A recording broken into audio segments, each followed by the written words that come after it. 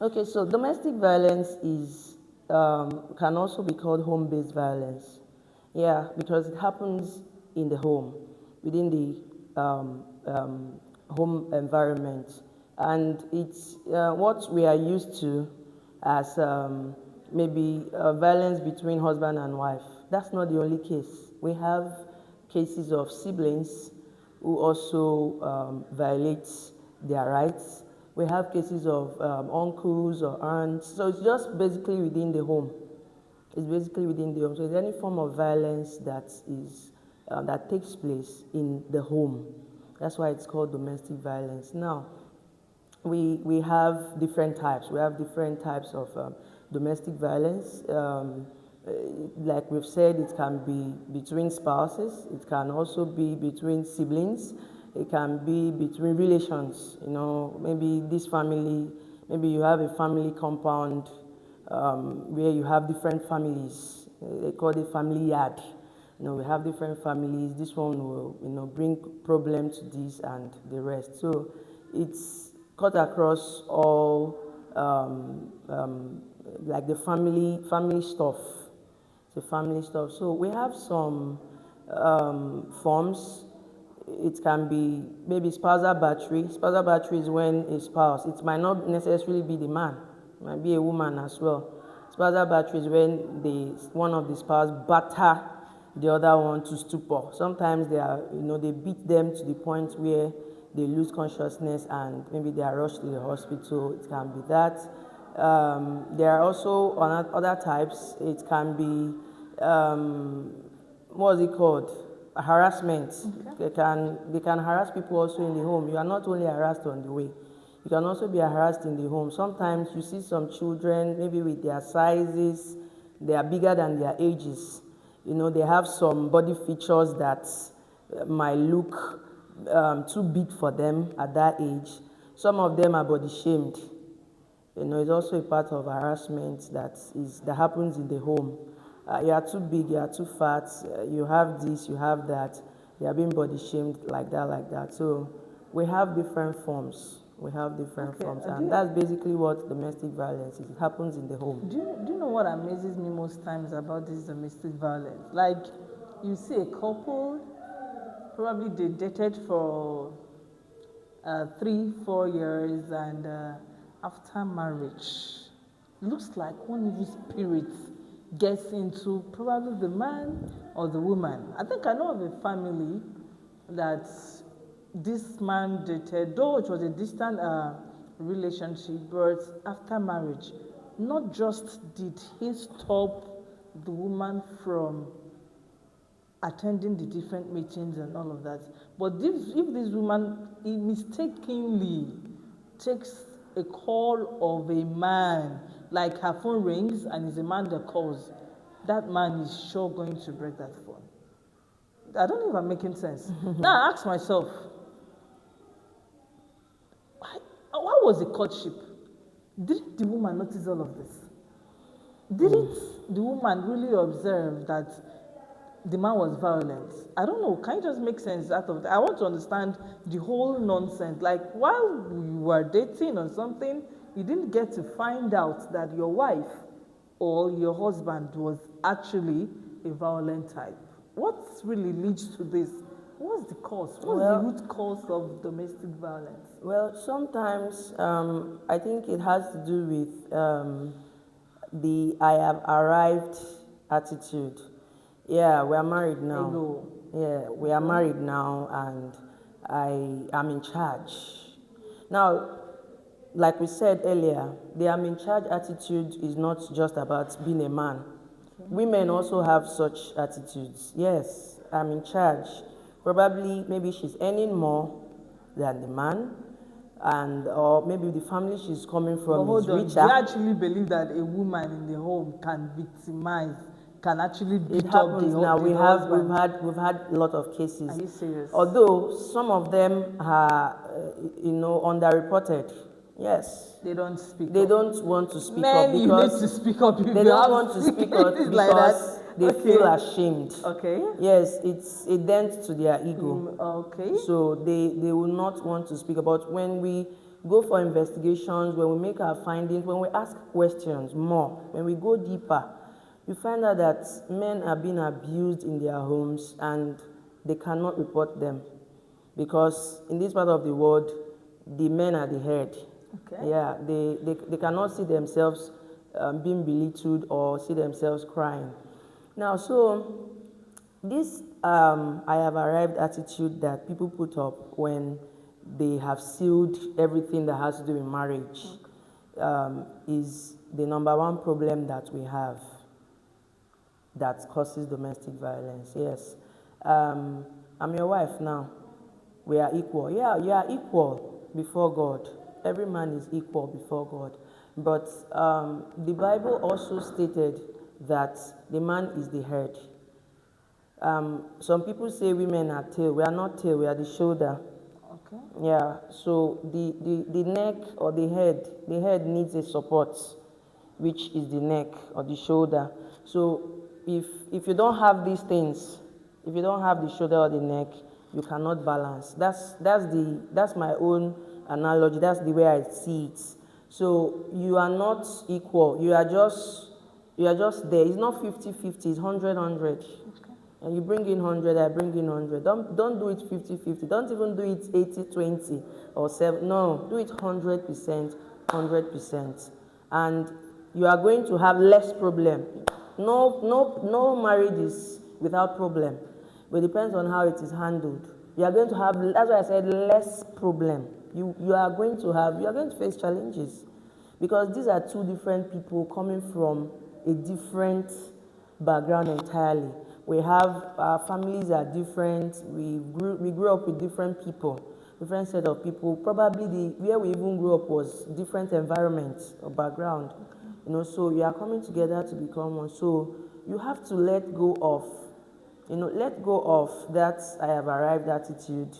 As the man, okay, I'm your husband, I have charge over you, I can tell you whatever you would do. Sure. I can tell you not to go here and nobody will query me. I will deal with you, I will beat you, and nobody will say anything because And I have, do you know that paid actually in those full. things happen? You Most people, most alleged violators, they go scot-free, despite the Constitution, the VAP law, the Maputo Protocol, and all of these being put in place. So tell me, why don't the victims get justice? Why? Now, some of these cases are not reported Okay. to the right sources. Okay. Some are underreported. Now, how do we know that some of these cases are underreported? When we get complaints from people, complainants, or sometimes a third party who is complaining on behalf of somebody who they feel has just been abused. Okay. We do not get the full details. Now, but when they come, we tell them, please tell us everything. Say everything that happened. How did it happen? What was your own reaction? Now, we don't get that side of the story. What we get is how they have been abused, how they were not allowed to talk, how they were not allowed to do anything. Before they would say anything, they already hit them, they already sent them away. What was your own reaction? What did you do? We don't get that side of the story until we now go into full investigation. Now, when we go into full investigation, we now see that even that person who is claiming to have been abused is the abuser. Oh, Lord. So these are cases that we have had It's actually getting more over and interesting. over again. Okay. You know, we get them over and over again, and somehow it's like a trend. The abuser runs here first, claiming to be the victim or claiming to be the one that has been abused. She and probably her children. Yeah, they've been abused, they've been sent away, they've been this, they've been that. When we go into full investigation, we find out that it's actually different. Nobody sent them packing, nobody told them to leave just because they needed space. They want to leave so that the world will blame their spouse. You know, so that's hidden information, that information that they will not give out, will not actually help us until when we find out during our investigation And at that point, some of them feel like their cover has been blown. Do you understand? Yeah, They feel, oh, now people now know the truth. And they tend to withdraw. They withdraw. And when they withdraw, they go to spread the news round that they came to human rights and we did nothing. They brought complaint to us. Instead of we to face what they brought, we were blaming them. And most times, are you sure people are not being accused of taking, what do you call it, brown envelopes? Do you understand? Probably They say the they've supposed bribed them. alleged violator Yes, we get such reports a lot. Okay, no problem. You've actually mentioned types of domestic violence. Okay, which is much more, is it predominant? Like, which of them is the major report you get? Is it the physical or the what do you call it again? The emotional and all of that. Which one, which of the cases? Physical abuse is much prevalent in domestic violence. Physical abuse, batter. And who are the major victims here? Yes, the major victims are women. Women. Yes, women and sometimes children. The men don't. So why would you go get married to a woman you when you know that all you're going to do is morning and night choose as a punching bag? Yeah. Why? I believe another thing we found out that causes physical violence is some of these women they don't know how to handle. Yeah, they don't know how to handle situations. Yeah, when you see somebody, I think the best way to serve vengeance is when it's cold. But people have not been able to find out that part. That when you want to revenge, just let everywhere be quiet. Yes. This is serious. Yes. When the man must have actually relaxed, like everything is okay, it means you can kill. No, we're not telling you to kill, but you can handle that situation. You can win that situation when you are calm. Okay, so what actually is she supposed to do when not going to be violent. The environment is calm? Like, tell us. I'm listening. Talk to him. Yes. Like, that is making peace. Yes. And you think every man will actually accept if he doesn't want to listen at that point, relax.